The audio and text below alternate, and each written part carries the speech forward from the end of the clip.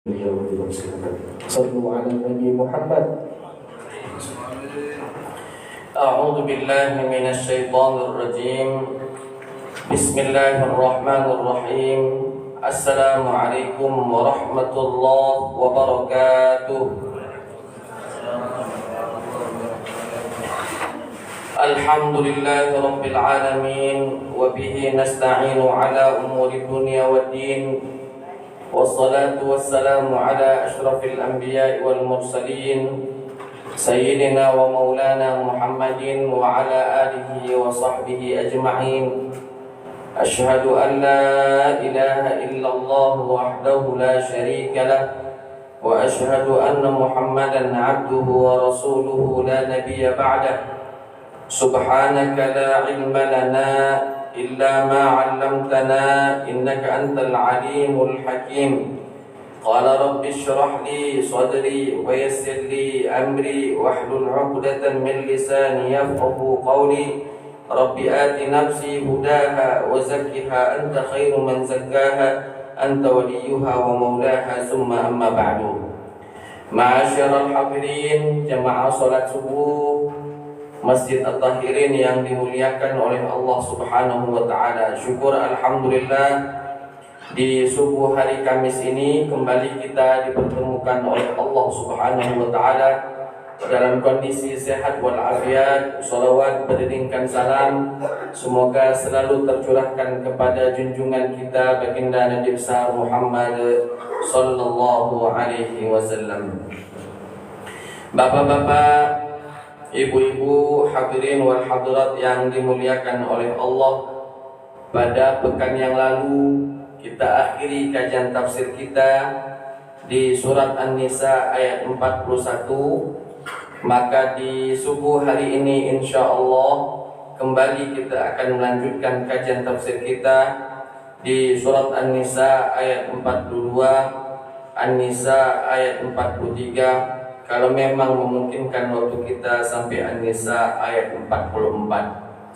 Sebelum kita mencoba mengkaji, mentafsirkan ayat-ayat tersebut, alangkah baiknya jika kita baca terlebih dahulu ayat-ayat yang akan kita tafsirkan. A'udzu billahi minasy syaithanir rajim. Bismillahirrahmanirrahim. Yawma'idhin yawaddu alladhina kafaru wa 'asawu ar-rasula law tusawwa bihimul ardu wa la yaktumuna Allaha haditha. Ya ayyuhalladzina amanu la taqrabus salata wa antum sukara hatta ta'lamu ma taquluna wa la junuban illa 'abiri sabilin hatta taghtasilu wa in kuntum marda safarin aw jaa ahadun minkum minal ghaid aw jaa ahadun minkum minal ghaid aw lamastumun nisaa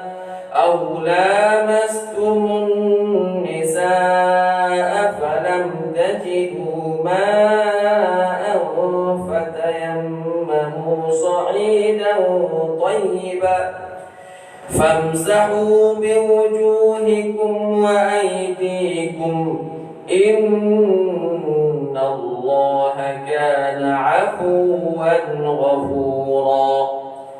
Alam tara ilal ladina utu nasiban minal kitabi yashtaruna ad-dalalata wa yuriduna an tadillu as-sabil. Ma'asyiral hadirin, jamaah salat. subuh Masjid At-Tahirin yang dimuliakan oleh Allah Subhanahu wa taala. Di ayat 42 di dalam surat An-Nisa ini, Allah Subhanahu wa taala menceritakan kepada kita tentang keinginan orang-orang yang tidak beriman kepada Allah Subhanahu wa taala ketika mereka dihadapkan dengan azabnya, dihadapkan mereka nantinya di hari kiamat dengan azab yang akan mereka dapatkan atas kekafiran yang mereka lakukan di atas muka bumi ini semasa hidupnya, dan mereka tak mampu berlepas diri dari azab yang Allah siapkan tersebut untuk mereka. Mereka berkeinginan untuk mereka ini diratakan saja dengan tanah. Artinya mereka berkeinginan untuk tidak dibangkitkan lagi nantinya di padang mahsyar. Biarlah tulang belulang, daging habis dimakan tanah, lalu tak perlu lagi dibangkitkan. Kenapa? Karena mereka mengetahui apa yang mereka akan dapatkan dari azab Allah Subhanahu wa ta'ala.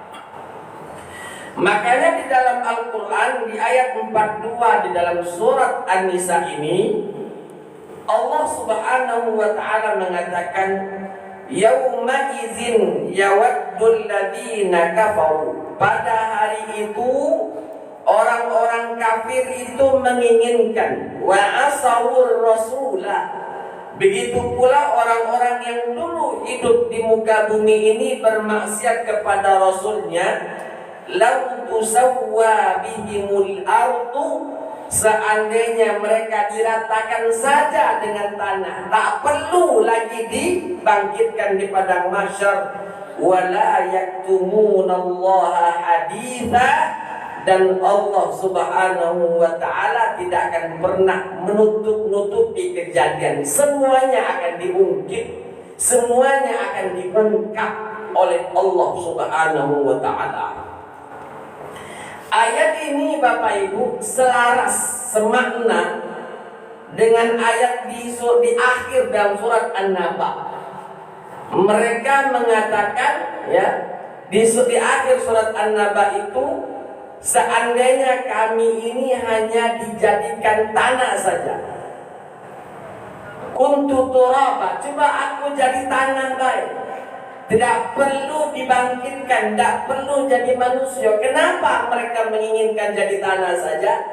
Karena mereka tahu apa yang akan mereka dapatkan setelah mereka dibangkitkan oleh Allah. Neraka menyala-nyala, narun hamiyah, neraka yang menyala-nyala bagi orang-orang yang tidak mau beriman kepada Allah. Mati dia dalam kekafiran, mati dia dalam kondisi su'ul khatimah, maka api neraka yang akan menjilat dan memakannya. Sedangkan orang-orang yang beriman, Pak, orang-orang yang beriman, mereka ini bersyukur atas apa yang Allah Subhanahu wa ta'ala berikan kepada mereka, karena janji-janji yang Allah janjikan ditepati oleh Allah ta'ala. Bagi orang yang beriman diberikan pahala di sisi Allah Subhanahu wa ta'ala, bahkan dilipat gandakan pahala tersebut oleh Allah. Allah siapkan tempat yang begitu indah di dalam surga. Semua fasilitas lengkap, gratis, tidak ada bayar, free. Semuanya gratis servis di situ. Makanya mereka mengatakan alhamdulillahilladzi wa'adani. Maha suci Allah yang telah memberikan semua yang telah Allah janjikan kepada kami. Itu bagi orang-orang yang beriman. Jangankan di masa mereka dibangkitkan di padang mahsyar, orang yang beriman pun, Pak Bu, ketika sedang sakaratul maut diperlihatkan oleh Allah surganya. Diperlihatkan oleh Allah surganya. Itu sedang sakaratul maut itu. Belum lepas nyawa dari badan. Badan ini belum ditanam, belum dimasukkan ke dalam liang lahatnya. Badan ini belum hancur. Tubuh ini belum habis, tulang belulang masih melekat pada badan.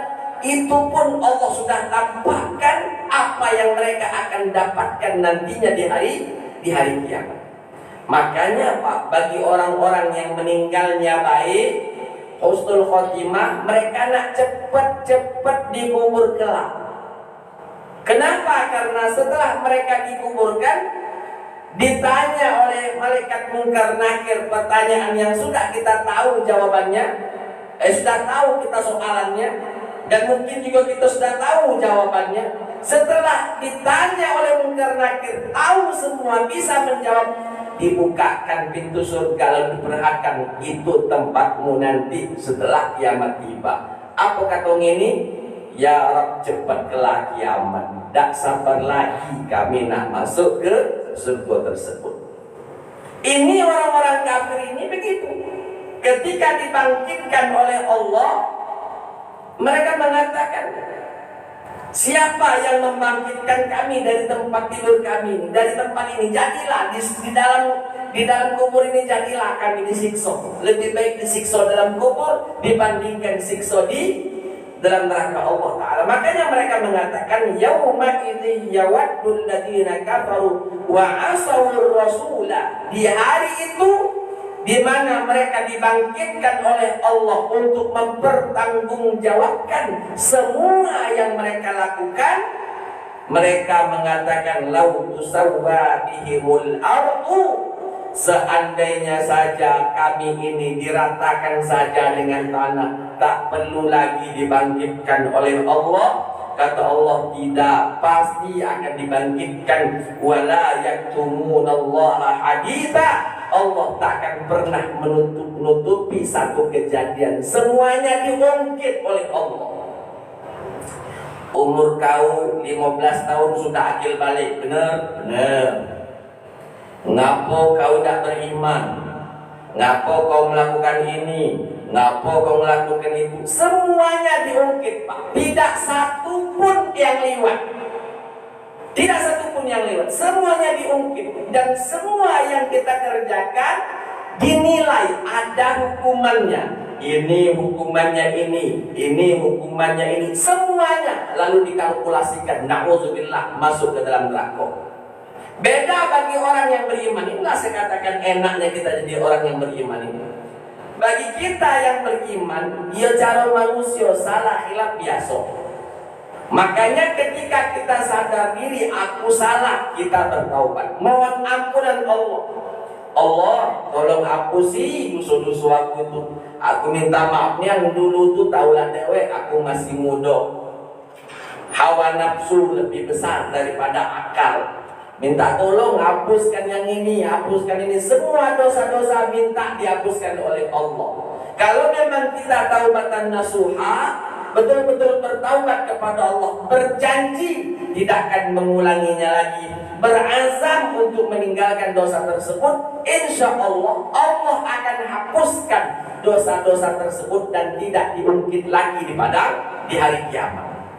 Tapi kalau orang kafir, Pak, seandainya pun mereka bertaubat atas dosa yang mereka lakukan, bertaubat ke siapa? Ke Tuhan mereka. Kata Allah, sudah, mintalah surga ke Tuhan kau, jangan minta surga ke aku. Kenapa? Yang kau sembah selama ini Tuhan itu, mintalah kalau memang dia jadi Tuhan. Bapak, Ibu, hadirin wal hadirat. Jadi ayat ini selalu mengingatkan kepada kita untuk memperbanyak amal soleh. Cukuplah orang-orang kafir yang akan menyesal di hari kiamat. Cukuplah orang-orang kafir yang akan menyesali atas apa yang mereka lakukan dulu di dunia. Melakukan sesuatu tanpa ada dasar sumber dari Allah dan Rasulnya. Cukuplah mereka saja.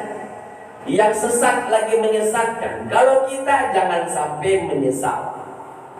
Pak, saya selalu menyampaikan sebaik-baiknya orang, sebanyak-banyaknya amalan yang dilakukan hamba, di akhirat tetap masih nyesal. Ngapola cuman saja ini pahala aku.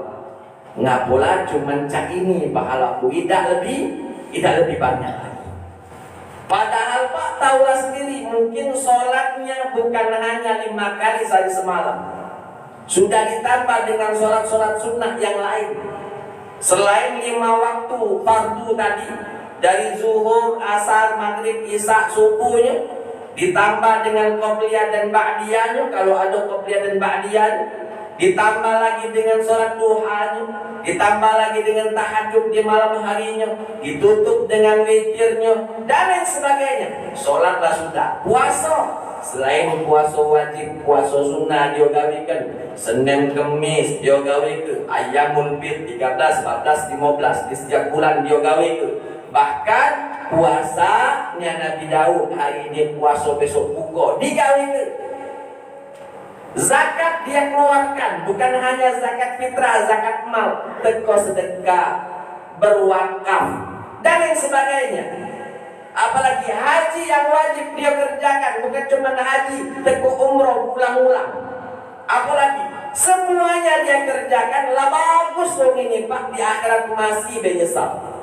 Ngapola cuma cak ini yang baca aku datang ke, coba lebih banyak lagi. Kenapa demikian Pak? Karena memang cak manobe amal ibadah kita masih kurang pula. Apalagi mohon maaf, surga itu harganya tidak terbilang. Kalau amal ibadah kita yang sebagus-bagus itu, dari lahir pakam budak ini sampai mati pakam tidak pernah bermaksiat, nak ditukar dengan keindahan surga tidak sebanding. Masih mahallah surga dibandingkan amal ibadah kita. Saking mahalnya surga. Makanya Nabi dengan tegas mengatakan, tidak ada orang yang mampu masuk surga kalau hanya mengandalkan amal ibadahnya. Tidak ada. Tidak ada orang yang mampu masuk surga kalau cuma nak mengandalkan amal perbuatannya. Sahabat Pak, sahabat penasaran lalu bertanya, bagaimana dengan Anda ya Rasul? Kalau kami tidak pacak masuk surga, kalau nak mengandalkan amalan kami, bagaimana dengan Anda? Kata Nabi, wala ana, aku pun sama baik. Padahal taulah dewe Pak, manu amalan Nabi. Wala ana, aku pun sama. Dak kepacak masuk surga kalau cuma mengandalkan amal ibadah. Illa an yataghammadani Allahu birahmati, kecuali Allah merahmatiku baru pacak masuk ke dalam surga. Dan rahmat Allah kita dapatkan apabila kita dekat dengan Allah. Rahmat Allah kita dapatkan apabila kita taat kepada Allah, kita beribadah kepada Allah. Jangan sampai kita salah pemikiran, kalau itu tidak perlu ibadah, kita cari rahmat baik. Mak mana kau nyari rahmat Allah kalau ibadah lagi tak galak. Allah akan merahmati kepada orang-orang yang taat, yang patuh kepadanya, barulah dirahmati oleh Allah Subhanahu wa ta'ala. Oleh sebab itu perbanyaklah amal soleh. Semakin banyak amal solehmu, semakin tinggi derajatmu di dalam surga. Semakin tinggi derajat kita di dalam surga. Kalau kita bilang ayo Ustaz, tidak apa-apa lah, yang penting masuk surga. Surga paling bawah pun tidak apa-apa. Betul kalau memang kita masuk surga.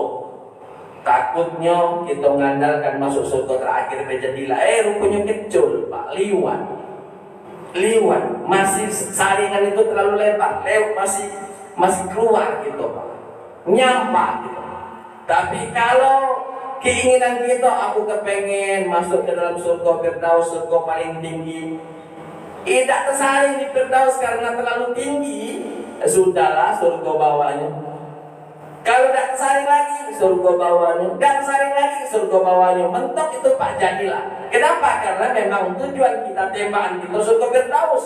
Maka kita perbaiki amal kita, sudahlah, yang penting masuk surga, surga di bawah sekali tidak apa-apa. Takutnya liwat. Makanya perbanyak amal ibadah kita. Bapak Ibu, kata Allah, wala yaktumunallaha haditsa. Tidak ada satu kejadian pun Allah tutupi, dibuka, diungkit semuanya. Kalau di dunia ini Pak, mungkin kita pernah nonton film dokumenter. Film dokumenter misalnya tentang siapa, ya. Misalnya tentang tentang Zainuddin MZ misalnya.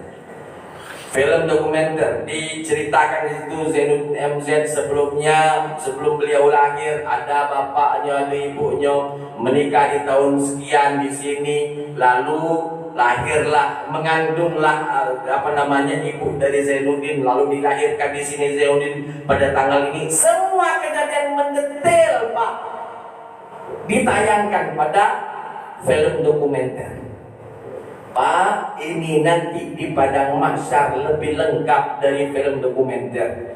Kalau di dunia umur kita 60 tahun, film dokumenternya paling banyak 3 jam. Kan tidak sebanding itu Pak. Umur 60 tahun, film dokumenternya cuma 3 jam. Di akhirat akhir, umur kita 60 tahun juga dijengokkan. Semua amalan Pak dilihatkan semuanya. Apa dah kacau Pak? Kita tidak sembahyang, dijengok ke kau hari itu tidak sembahyang. Bukan cuma tidak sembahyang, dijengok ke kau ngapo tidak sembahyang. Aku lebih milih tidur, dijengok lebih milih tidur. Semuanya diungkit oleh Allah Ta'ala. Ditutuplah pintu kamu, jendela ditutup, dimatikan lampu, seakan-akan tidak ada orang melihat. Dipastikan di akhirat nanti akan ditayangkan video itu. Oi Pak, alangkah malunya. Yang nontonnya bukan kita Pak, sepadang masyarakat nonton. Ya salam, apalagi kalau kita terkenal. Enggak, Bapak itu rupanya di dunia cakap akaman, rupanya cak itu dijengok kalau Pak. Ya Allah, alangkah malunya. Inilah lemaknya di dunia ini Pak. Allah masih tutupi, Allah masih sayang sama kita Pak. Ditutupnya aib kita. Kalau dibuka oleh Allah aib kita, aku mungkin tak datang lagi di masjid ini. Ngapo malu? Kita mungkin tak kalah lagi saling bertemu. Ngapo malu? Kenapa? Aib kita banyak. Syukur alhamdulillah, Allah tutupi nikmat Allah berikan kepada kita. Allah tutupi aib-aib kita. Semua kita ada aib Pak. Tidak ada orang yang bersih. Teko Nabi lagi salah. Nabi Adam pernah melakukan kesalahan, Nabi Musa pernah melakukan kesalahan, Nabi Isa begitu juga, Nabi Muhammad ditegur dalam Al-Quran. Sekelas Nabi lagi melakukan kesalahan tapi langsung ditegur oleh Allah. Apalagi kita Pak, ponaan Nabi bukan, kiai besar bukan, habib bukan, wong biasa, aib pastilah banyak dan salah. Makanya kalau Allah buka aib kita, tidak berani lagi Pak. Mungkin kita keluar rumah, mungkin kita berijo pindah keluar negeri, malu aku tinggal di Palembang. Ngapo? Ketahuan ceki gitu. Ketahuan di ceki Pak. Bahasa kita nggak salah itu. Ketahuan ceki gitu. Ayo bareng dia tinggal di Palembang, pindah kemana? Pindah Pasir ke Afrika sana yang nggak kenal sama. Kenapa? Karena malu kita Pak. Aib kita dilihat oleh orang. Makanya di dunia Allah masih tutupi aib kita agar supaya kita meminta ampunan kepada Allah. Kalau kita minta ampun, Allah tutupi saudara. Alhamdulillah, di dunia Allah tutupi, di akhirat Allah ampuni. Tidak ditayangkan film-film yang tidak bagus tadi untuk kita. Tapi kalau kita tidak bertobat kepada Allah, semuanya akan diungkit, dipertontonkan di padang mahsyar. Maka kata Allah, wala yakumunallaha haditha. Tidak ada satu kejadian pun kecuali diperlihatkan oleh Allah Subhanahu wa ta'ala. Ya Allah, aku tak pacak mikir lagi Pak. Ya. Kita kedapatan misalnya di rumah kan kita misal tidak berbaju. Ada keluarga datang yang mana keluarga ini bukan mahram kita. Contoh siapa Pak? Contoh sepupu kan bukan mahram tapi keluarga. Tahu tak sepupu? Misan. Bapak kita dengan bapak dia adik-beradik, kita dengan dia bemisan, betul ya? Bemisan, bukan bebesan, lain lagi bebesan. Bemisan, sepupuan kita sama dia. Itu kan bukan mahram lagi. Karena dia nganggap rumah dia, kita lagi duduk sambil nonton TV, tak berbaju. Tahu-tahu minggu depan kita enggak tahu kapan masuk, kapan datang misalnya. Itu malunya minta ampun, Pak, ngapa nyingok kita tak berbaju. Jengok kita tak berbaju. Padahal cuma sikau yang nyingok. Apalagi sepadang mahsyar anget nyingok kita kalau aku tak baca lagi mayang saking malunya, Pak. Tak baca lagi aku mayang. Makanya sebelum film dokumenter tentang kita ditayangkan di padang mahsyar, perbaikilah karena andalah yang membuat ceritanya. Kau nak dicerita ke Cak Mano, tinggal kita yang berperan. Kita artisnya, Pak. Nak aku ke film aku nak bagus, berarti bertingkah laku baiklah selama di dunia. Kalau kita nak bebas-bebaslah, bebas-bebaslah, karena itulah yang akan dipertontonkan di hari kiamat nanti. Bapak Ibu hadirin wal hadirat rahimakumullah. Masuk kita pada ayat selanjutnya di ayat 43 di dalam surat An-Nisa. Aku minum dulu. Bismillahirrahmanirrahim. Allah berfirman di dalam ayat 43 di dalam surat An-Nisa ini. Ya ayyuhalladzina amanu la taqrabus sholata wa antum sukara. Hai orang-orang yang beriman, janganlah kalian melaksanakan sholat, mendekati sholat wa antum sukara, sedangkan kalian dalam kondisi mabuk. Ayat ini Pak secara hukum, pernah mungkin saya sampaikan, ayat ini secara hukum sudah dihapus hukumnya oleh Allah secara hukum. Karena ayat ini masih membolehkan seseorang untuk minum, untuk mabuk, Pak. Karena memang khamar itu pengharamannya bertahap-tahap. Khamar itu pengharamannya bertahap-tahap. Pada awalnya Allah Ta'ala berfirman, janganlah kita mendekati khamar itu, ya. Disampaikan bahwa khamar itu ada manfaatnya, tapi mudaratnya lebih banyak. Wa manafi'u lin-nasi wa ismuhuma akbaru min naf'ihima. Khamar itu manfaatnya ada, cuman mudaratnya lebih besar.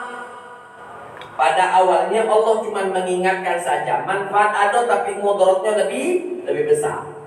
Rupanya masih digawekan oleh sahabat-sahabat Nabi. Turun ayat ini.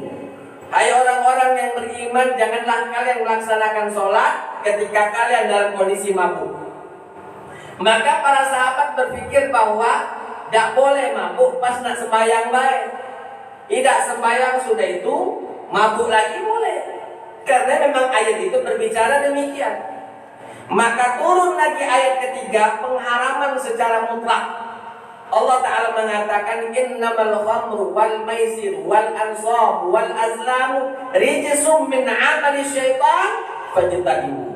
Sesungguhnya khamar, berjudi, mengundi nasib, memotong hewan untuk sesembahan, ya, untuk sembahan selain Allah, rijsum min amali syaitan, termasuk najis amalan syaitan, fajtanibuh, tinggalkan. Berarti ayat yang terakhir mengharamkan yang namanya khamar. Nah, ayat ini tadi secara hukum tidak berlaku lagi, tapi secara makna lain masih dipakai. Tapi secara hukum khamar tidak lagi. Kenapa? Karena tidak ada tidak boleh lagi kita meminum khamar walaupun tidak dalam kondisi hendak sholat. Allah Ta'ala mengatakan, la taqrabus sholata wa antum sukara. Jangan pernah kalian melaksanakan sholat ketika kalian dalam kondisi mabuk. Kenapa tidak boleh? Hatta ta'lamu ma taquluna. Sampai kalian paham apa yang kalian omongkan, apa yang kalian baca ketika sholat. Pak, kalau kita mabuk, ngarap pun kalau mabuk sembahyang, dia mungkin baca bacaan sholat tapi tidak sadar apa yang dia baca. Tidak paham dia atas apa yang dia baca. Walaupun dia orang Arab, bacaan Arab. Kenapa? Dalam kondisi mabuk. Maka para ulama mengkiaskan ini, Pak, bahwa kita di ayat ini secara tidak langsung Allah Ta'ala memerintahkan kepada kita untuk memahami apa yang kita baca ketika sholat. Karena ketika kita sholat tidak paham apa yang kita baca, mencak kita sholat dalam kondisi mabuk. Maco apa kita tidak terti. Contoh. Ketika kita takbiratul ihram, Allahu Akbar, mungkin mulut ngomong Allahu Akbar, fasih mungkin mulutnya ngomong Allahu Akbar, tapi dia tidak paham makna dari Allahu Akbar itu apa. Allah yang maha besar, tidak ada yang lebih besar kecuali Allah Subhanahu wa Ta'ala. Makanya Allah yang kita sembah. Sebesar-besarnya langit masih besarlah Allah. Sebesar-besarnya alam semesta masih besar Allah. Karena Allah maha besar. Harus tahu kita apa makna dari Allahu Akbar itu. Ketika kita membaca doa iftitah, walaupun itu sunnah, kita setidaknya harus tahu apa yang kita baca ini. Ya. Allahu Akbar kabira walhamdulillahi katsira wa subhanallahi bukratan wa asila. Inni wajjahtu wajhiya ila akhiri. Setidaknya kita tahulah apa artinya supaya kita bisa meresapi, bisa menjiwai ketika membaca, sehingga datang khusyuk itu. Karena kalau kita cuma baca baik, surah itu Al-Fatihah kita baca, mulut komat kami baca Fatihah, tapi tidak mengerti apa yang dia baca, dikhawatirkan kiasan ini sama seperti orang mabuk yang sedang sholat tidak tahu apa yang dia baca. Ketika kita ruku membaca Subhana Rabbiyal Azim wa bihamdi, kita harus tahu apa maknanya Subhana Rabbiyal Azim wa bihamdi. Jangan sampai ruku baik, maco komat kami Subhana Rabbiyal Azim wa bihamdi, tapi kita tidak tahu apa makna dari Subhana Rabbiyal Azim wa bihamdi. Ketika kita i'tidal, sami Allahu liman hamidah, Rabbana walakal hamdu, mil'us samawati wa mil'ul ardi wa minhu ma syi'ta min syai'in ba'd. Itu juga harus kita tahu apa artinya. Jangan sampai kita cuma berucap tapi tidak paham apa artinya. Itulah Pak lemahnya jadi orang Arab itu. Kenapa? Apa yang dibaca langsung tahu. Kita orang Indonesia ini, orang Palembang ini, kan bukan orang Arab, Pak. Kalau orang Arab baca sesuatu dari kanan ke kiri, kalau kita dari kiri ke kanan. Beda memang. Oleh sebab itu pelajari. Allahu Akbar, aku baca, oh ini maksudnya Allah Maha Besar. Oh bacaan doa iftitah ini, oh ini maknanya. Supaya ketika kita menunaikan sholat, Pak, hadir khusyuan. Kenapa? Karena kita paham dengan apa yang kita baca. Makanya banyak jamaah, banyak orang yang sholat, tubuhnya saja di masjid, pikirannya melayang kemana-mana. Ngapo? Karena dia tidak tahu apa yang dia baca. Kata Arab, kalimatullah seperti burung beo, Pak. Burung beo yang pacak ngomong itu, ya. Burung masuk, assalamualaikum. Dia ngomong assalamualaikum, cuma tidak tahu apa artinya itu. Jangan sampai kita seperti burung beo tadi. Ketika mengucapkan bagus ucapannya, kita manusia paham apa yang dibaca, tapi dia tidak tahu apa yang sedang dia diomongkan. Makanya ayat ini melarang orang-orang untuk melaksanakan sholat ketika dalam kondisi mabuk, hatta ta'lamu ma taquluna, sampai kita tahu apa yang kita baca. Makanya ayat ini walaupun kita tidak mabuk, Pak, Bu, pelajari apa yang dibaca. Dipelajari. Setidaknya yang kita baca dulu. Yang dibaca oleh imam kan kita tak tahu. Imam lagi nak baca apa, itu belakangan lah. Yang penting yang kita baca setiap saat salat itu, yang itu yang kita tahu. Kalau misalnya tadi aku baca surat Al-Fajr, Ustaz, aku tak tahu Al-Fajr itu apa. Yang kamu baca tafsiran aku tak, itu belakangan merah. Yang penting yang sudah pasti yang kita baca itu yang harus kita tahu ya. Subhan rabbiyal azim apa maknanya, subhan rabbiyal a'la apa bacanya, apa maknanya. Ya, ketika kita duduk di antara dua sujud, apa arti bacaan kita supaya tadi mendatangkan khusyuan. Ketika kita tahiyat, Pak, kalau kita tahu dengan makna-maknanya, bahkan tahu dengan kejadiannya, tahiyat itu Pak, baca tahiyat at-tahiyatul mubarakatus salawatut thayyibatu lillah, atau dengan versi lain at-tahiyatu lillah wassalatu wassalam ala rasulillah, itu semua ketika Nabi SAW di Isra Mi'rajkan. Ketika Nabi Mi'raj di Sidratul Muntaha bertemu dengan Allah, Nabi SAW sujud tak berani tegak sampai Allah perintahkan ya untuk berdiri dari sujudnya. Lalu Nabi SAW memuji Tuhannya, at-tahiyyatul mubarakatus salawatut thayyibatu lillah, pujian dari Nabi ketika bertemu dengan Allah. Assalamu alayka ayyuhan nabiy wa rahmatullahi wa barakatuh. Ketika Nabi Muhammad memuji Allah, Allah memberikan keselamatan kepada Nabi Muhammad dan orang-orang yang beriman. Assalamu alayka ayyuhan nabiy wa rahmatullahi wa barakatuh. Keselamatan bagimu wahai Muhammad ya, dan keberkahan dari Allah untukmu. Apa kata Nabi? Assalamu alayna wa ala ibadillahi as-salihin. Ya Allah, jangan kau cuma unjuk keselamatan untuk aku baik, rahmat untuk aku baik. Jangan. Assalamu alayna. Ya Allah, berikanlah keselamatan untuk kami semuanya. Wa ala ibadikas salihin, dan semua hamba-hambamu yang soleh. Cukup jengok Pak. Ya Allah, man kita baca itu paham. Man kita baca paham itu kadang Pak kepengen kita ulang-ulang lagi. Aman tak berpikir jamaah dia berdengar. Dia khawatirkan kalau kita ulang 2 kali jamaah berdengar. Ada kan Ustaz Indo ya. Jadi sudah sekali banyak, yang penting kita berdetik dalam hati, ya Allah, Nabi ya kesayang Nabi sama kita. Nabi lah dapat rahmat Allah. Assalamu alayka ayyuhan nabiyyu wa rahmatullahi wa barakatuh. Lah sudah dapat keselamatan rahmat Allah. Kata Nabi, tolong please Tuhan, jangan aku bengkau selamati semua hamba-hambamu yang soleh, tolong rahmati juga. Assalamu alayna wa ala ibadillahi as-solihin.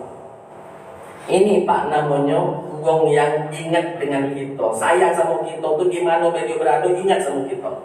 Jangan sampai kita cuma ingat sama wong yang memberikan manfaat sama kita. Ya, kata pendamaran nak lemah di diri, tak lemah di orang. Ya. Bapak Ibu hadirin wal hadirat, maka di ayat ini Allah Taala mengatakan la taqrabus sholata wa antum sukara hatta ta'lamu ma taquluna. Selanjutnya wala junuban illa 'abiri sabilin hatta taghtasilu. Nah, di sini ada hukum fikihnya, Pak. Allah Taala mengatakan bagi orang-orang yang berjunub, wala, kata Allah Taala mengatakan wala junuban, bagi orang-orang yang berjunub, ya, junub dalam kondisi hadas besar, wala junuban illa abiri, tak boleh masuk ke dalam masjid illa abiri, kecuali hanya untuk melewatinya saja. Jadi apa Pak, di dalam ayat ini diambil kesimpulan bahwa Allah melarang orang-orang orang-orang yang junub untuk masuk ke dalam masjid. Di dalam hadis Nabi SAW, Allah Subhanahu wa Ta'ala melarang. Nah, kata Nabi, Allah melarang orang yang haid dan orang yang junub ada di dalam masjid. Kenapa? Masjid ini tempat suci. Kalau memang nak masuk, mandi dulu bagi orang yang berjunub. Kalau memang nak masuk, berhenti dulu dari haidnya, baru boleh masuk. Kecuali dalam kondisi darurat, illa abiri, kecuali hanya melewati saja. Contoh Pak, contoh. Masjid Nabawi dulu, Masjid Nabawi yang ada di Madinah, ya. Dulu kan masjid itu banyak pintu-pintunya, Pak. Kenapa? Karena tempat lulu lalang itu masjid itu. Jadi kalau orang mau melewati sesuatu harus melewati masjid. Kalau nak muter jauh, jadi bolehlah dilewati, tapi jangan berdiam diri. Illa abiri, cuma lewat baik. yang itu boleh. Tapi kalau nak berdiam diri di situ, nak duduk dulu, nak istirahat dulu, nak bercerita dulu, tak boleh. Ya, illa abiri sabilin hatta taghtasilu, sampai dia bersuci, sampai dia mandi, ya, mandi besar. Sampai dia mandi besar. Jadi para wanita yang sedang haid, yang sedang nifas tidak boleh masuk masjid. Lalu para ulama kontemporer, ulama modern sekarang, ya, lalu mengambil kesimpulan bahwa memang tidak boleh hukumnya perempuan perempuan haid di dalam masjid. Pak itu hukum asalnya. Kenapa? Karena dia dalam kondisi haid. Tapi kalau perempuan dalam kondisi haid ada hajat dia di dalam masjid, ya, tidak bisa ditinggal, boleh masuk masjid dengan syarat dia harus memastikan darah haidnya tidak berceceran di mana-mana. Ya, kenapa Pak? Karena di zaman dulu orang haid taulah dewek pembalutnya tidak seperti pembalut di zaman sekarang. Kalau zaman dulu pembalutnya cak itulah. Kalau zaman sekarang Pak modern lado sayapnya. Lado sayap. Iyo, modern karena zaman dulu pembalut Pak. Ini sekarang lado sayap. Aman nggak tahu 5 tahun yang akan datang mungkin bersayap lagi, mungkin berkaki, nggak tahu. Ya, jadi modern, jadi sudah bisa diminimalisir bocoran darah tersebut tidak tercecer di mana-mana. Nah itu pun dalam kondisi darurat. Contoh kita berangkat umroh misalnya, pas lagi pas lagi di masjid kita kan tidak tahu kapan datang haid, cuman tahu acaknya ini nggak datang haid, cuman jam berapa keluarnya kita tidak tahu. Kita lagi di masjid, tahu-tahu keluar darah tersebut. Ya haid, kita mulai haid misalnya, bukan kita ibu-ibu maksudnya, mana aku haid itu susah pula. Ya. Ibu-ibu haid misalnya, perempuan itu haid. Nah dia sudah, karena dia sudah berada di dalam masjid, tidak pacak lagi nak keluar, terkunci. Apalagi di Masjidil Haram, lagi bulan Ramadan, tidak mudah-mudah anak keluar masjid, terkunci. Yang penting dia sudah mempersiapkan diri, mungkin sebelum haid dia sudah pasang pembalutnya tadi, maka sudah tidak apa-apa di dalam masjid. Setelah sholat baliklah, tapi tak boleh sembahyang karena dia sudah dalam kondisi haid. Itu para ulama mengecualikan, ya, kalau memang sudah dalam kondisi darurat boleh, kecuali dia tidak menggunakan pembalut, dikhawatirkan darahnya berceceran. Bapak Ibu hadirin wal hadirat. Lalu selanjutnya, wa in kuntum marda aw ala safarin, apabila kita dalam kondisi sakit atau dalam kondisi musafir, ya, walam tajidu ma'an aw lamastu marda aw ala safarin aw jaa ahadun minkum minal ghaid, atau kalian baru saja selesai buang hajat, aula mastumun nisa, atau kalian menyentuh perempuan, falam tajidu ma'an, dak kate banyu untuk kita buat untuk wudu, fatayammamu sa'idan thayyiba, maka bertayamumlah kamu pengganti wudu. Jadi kalau misalnya kita dalam kondisi hadas besar atau dalam kondisi hadas kecil, tidak ada air, maka tayamumlah. Ingat Pak, tayamum itu bukan hanya untuk wudu saja. Seperti itu juga mandi besar. Kalau memang tidak kati banyu, mandi jangan dong. Tidak kati banyu. Kita lagi di mana sekarang? Bukan di Palembang. Palembang kan tinggal hidup ke banyu, pergi ke Sungai Musi. Ya, cari kemana? Kamu ke Pelabuhan Pasir, aku ke Takot Akad, mandilah dulu. Paling hati-hati ya, ada buyut. Lagi ada buyut. Pokoknya mandi, karena Palembang banyak banyu, ada banyu. Ya. Ledeng nyolang ngalir terus, alhamdulillah. Tapi kalau kita berada di satu tempat yang memang tidak kati banyunya, sumber air habis, banyu sungai juga tidak tahu di mana kita sungai sini, kita dalam kondisi junub, bagaimana mensucikan diri kita? Maka cukup bertayamum saja dengan niat untuk mengangkat hadas besar yang kita sedang alami, junub tadi. Ya, jadi tayamum bukan hanya untuk wudu saja, untuk mandi junub pun bisa. Cuman tadi setelah air masuk, setelah air datang, setelah air ada, kita masih tetap diperintahkan untuk mandi besar, mandi wajib. Bapak Ibu hadirin wal hadirat rahimakumullah. Famsahu bi wujuhikum wa aydikum. Cara bertayamum adalah dengan cara mengusap dengan tanah, dengan debu muka dan dengan tangan kita, muka dan tangan kita. Famsahu bi wujuhikum wa aydikum. Usaplah muka dan tanganmu. Para ulama mengatakan ini adalah ketertiban. Tertibnya muka dulu baru tangan. Muka dulu. Kenapa? Karena Allah Ta'ala mengatakan famsahu biwujuhikum. Usaplah mukamu wa aidikum, baru tanganmu. Para ulama mengatakan ini adalah tertib yang Allah Ta'ala perintahkan. Kalau kita nak bertayamum, muka dulu yang diusap dengan debu, baru kedua tangan kita. Innallaha kana afuwan ghafura. Sungguh Allah Ta'ala maha pemaaf lagi maha pengampun. Ayat jadilah dulu Pak, ayat ini dulu sampai ayat 43 dalam surat An-Nisa. Kita coba buka sesi tanya jawab karena waktu kita sudah siang ini. Diatur, saya kembalikan ke moderator. Alhamdulillahirrahmanirrahim. Telah tadi kajian yang disampaikan oleh Ustaz Baktiar. Kita memasuki sesi tanya jawab kepada jemaah yang ingin bertanya. Untuk silakan. Bapak.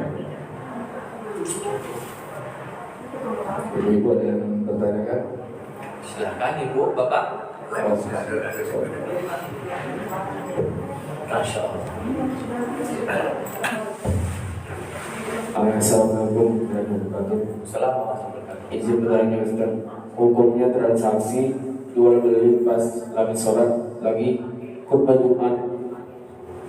Pada saat lagi khutbah Jumat berlangsung dan pembeli itu adalah laki-laki muslim yang sama menerima barang dari orang yang distribusi yang nggak sholat Jumat. Terima kasih. Baik. Hukum jual beli ketika sedang sholat Jumat, sedang khutbah Jumat. Jawabannya tidak diperkenankan. Kalau memang mereka sesama non muslim silakan. Tapi kalau non muslim dengan kita sedang sholat, anggap melalui transaksi online misalnya, sambil ngetik kita khutbah berlangsung, tidak sah jual belinya. Tidak sah jual belinya. Apalagi kalau sesama umat Islam, meli umat Islam, penjual umat Islam, tidak sah. Allah Ta'ala mengatakan wadawul bay', tinggalkan jual beli ketika dalam kondisi sholat Jumat, ya. Idza nudiya lis-sholati min yaumil jum'ati fas'au ila dzikrillah wadawul bay'. Apabila sudah dipanggil ya untuk melaksanakan sholat Jumat, azan, ya, fas'au ila dzikrillah, bergegaslah untuk sholat, ya. Wadarul bay', tinggalkan jual beli. Itu ada kalimat wadarul bay', perintah, dan perintah itu mewajibkan kita untuk meninggalkan jual beli, ya. Wadarul bay', tinggalkan, kecuali orang non Islam itu datang ke toko kita, yang nunggu toko bukan lanang, betino, karena betino tidak wajib sholat Jumat. Itu pun masih khilafiyah di antara para ulama. Kalau yang misalnya kita sholat Jumat, yang nunggunya karyawan kita betino, karena betino kan tidak wajib sholat Jumat, yang wajib cuman lanangnya, betino tidak, maka transaksi di toko tersebut ada ulama yang mengatakan boleh karena tidak ada kaitannya dengan Jumatan. Ada yang mengatakan tetap tidak boleh karena menghormati waktu Jumat. Yang jelas itu khilafiyah. Tapi kalau kita yang bertransaksi ketika sholat Jumat, ketika sedang proses sholat Jumat itu, entah ketika khutbah berlangsungkah, khutbah 1, khutbah 2 kah, atau ketika hendak sholat kah, kita yang bertransaksi tidak diperbolehkan. Maka transaksinya batal secara hukum, tidak sah jual belinya. Kenapa? Karena dalam kondisi sedang sholat Jumat, ya, sedang sholat Jumat. Sama seperti, mohon maaf, ini kehati-hatian para ulama. Begitu juga ketika bertransaksi, ya, di waktu sholat selain sholat Jumat. Ini kehati-hatian para ulama. Walaupun ayat itu khusus untuk sholat Jumat, tapi kehati-hatiannya kalau sedang waktu sholat, jangan bertransaksi dulu. dulu karena Allah perintahkan wazarul baik, tinggalkan jual beli.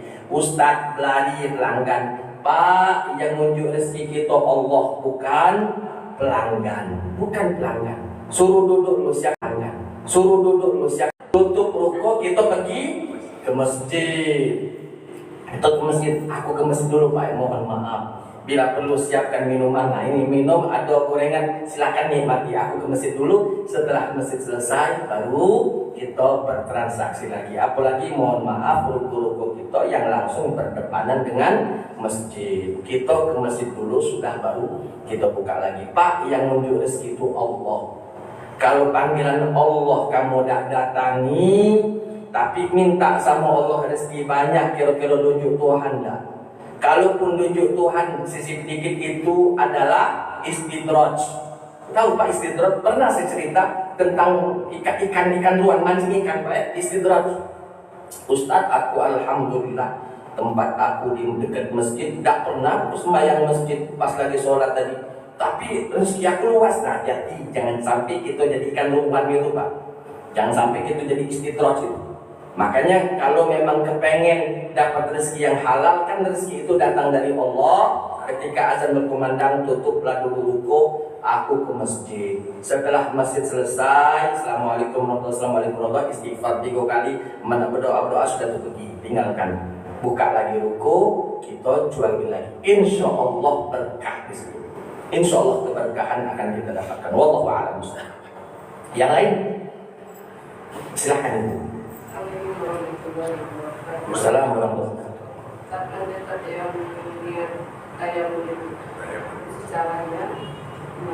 Baik.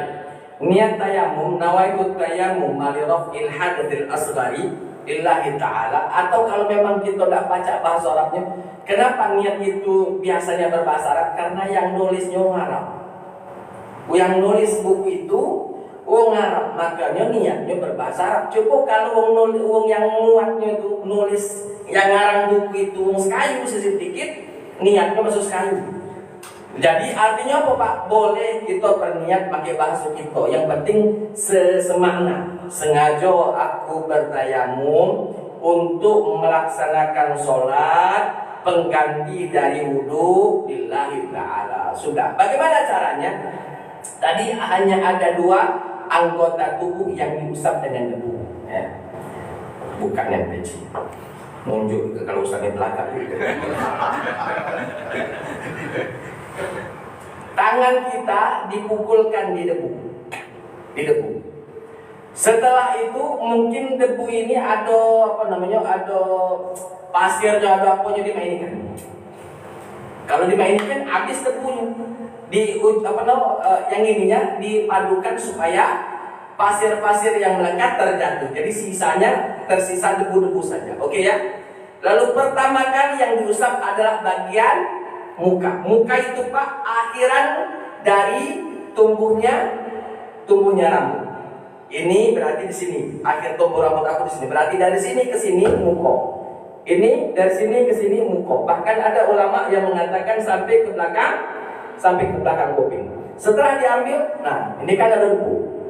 Maka usapkanlah debu ini ke muka dengan rata. Jangan diangkat-angkat sampai Anda yakin bahwa sudah diusap dengan rata. Contoh. Ini thread sudah di ujung ini, taruh di ujung sini, tarik, baru dipegang. Jangan diangkat, usap.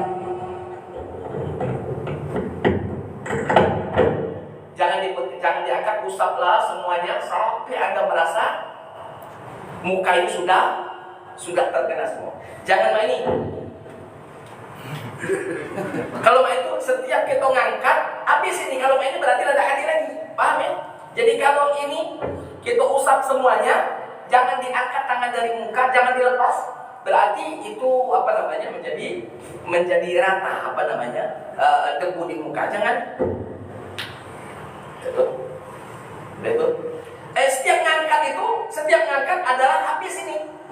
Debunya habis karena sudah melekat di muka kita. Sudah, anggap sudah rata, sudah selesai, ambil lagi debu. Muka sudah sekali baik. Enggak perlu nak 3 kali, mau 3 kali sekalian kumur-kumur kalau nak 3 kali. Berapa kali Ustaz? Sekali baik. Aman 3 kali boleh, sekalian kumur-kumur. Sekali boleh. Diambil lagi, baru apa namanya? Kita usap tangan. Tangan ini dari ujung ini sampai ke siku. Bagaimana caranya? Anggap ini sudah buka kalau ya. Kalau ini lagi to tayamum, tidak sah karena kena baju. Anggap ini sudah kulung sampai sini. Ini kan ada debu.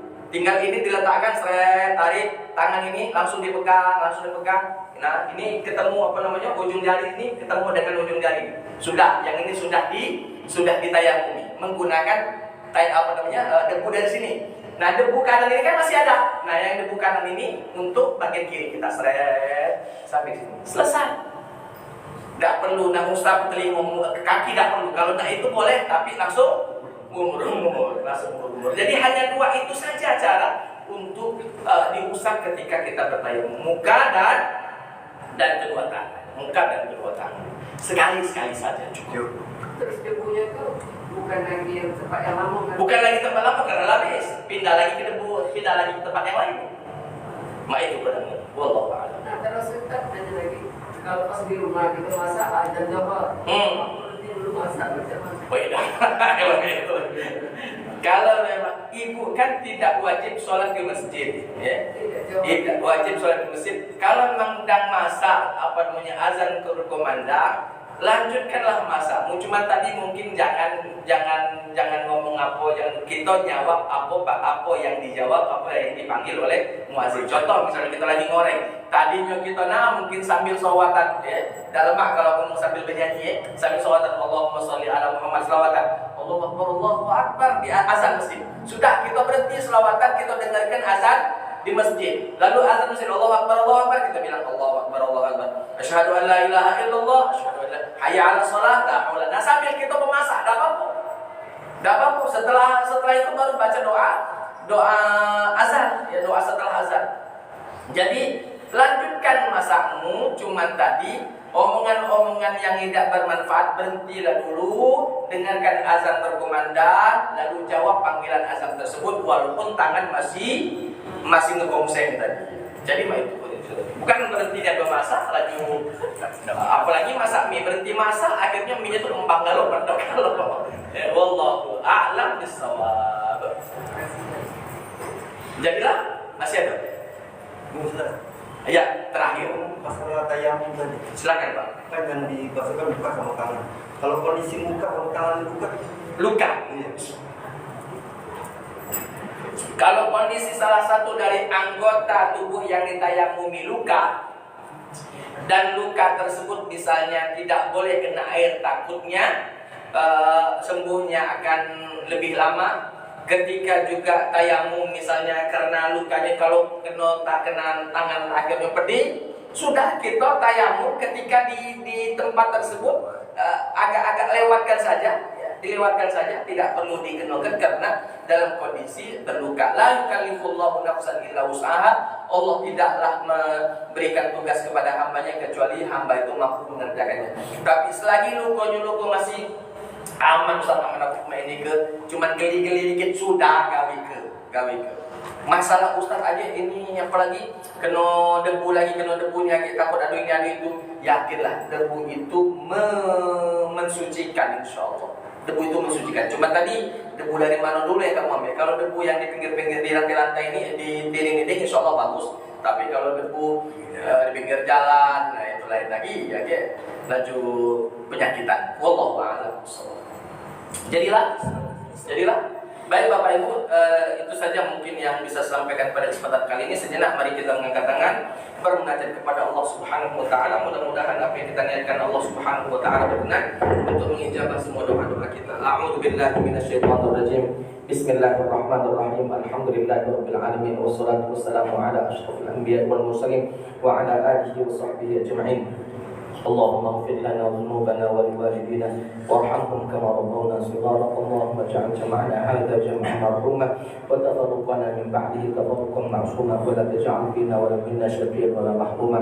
ربنا ظلمنا انفسنا وان لم تغفر لنا وترحمنا لنكونن من الخاسرين. ربنا آتنا في الدنيا حسنه وفي الاخره حسنه وقنا عذاب النار. وصلى الله على خير خلقه محمد وعلى اله وصحبه اجمعين. سبحان ربك رب العزه عما yasifun. Wassalamun ala mursalin walhamdulillahirabbil alamin. Itu saja mungkin yang bisa sampaikan pada kesempatan kali ini. Mudah-mudahan ada manfaatnya bagi kita semuanya. Subhanakallahumma wa bihamdika asyhadu an la ilaha illa anta astaghfiruka wa atubu ilaik. Terima kasih. Assalamualaikum warahmatullahi wabarakatuh. Waalaikumsalam warahmatullahi wabarakatuh. Alhamdulillahirabbil alamin. Terima kasih kita ada sebuah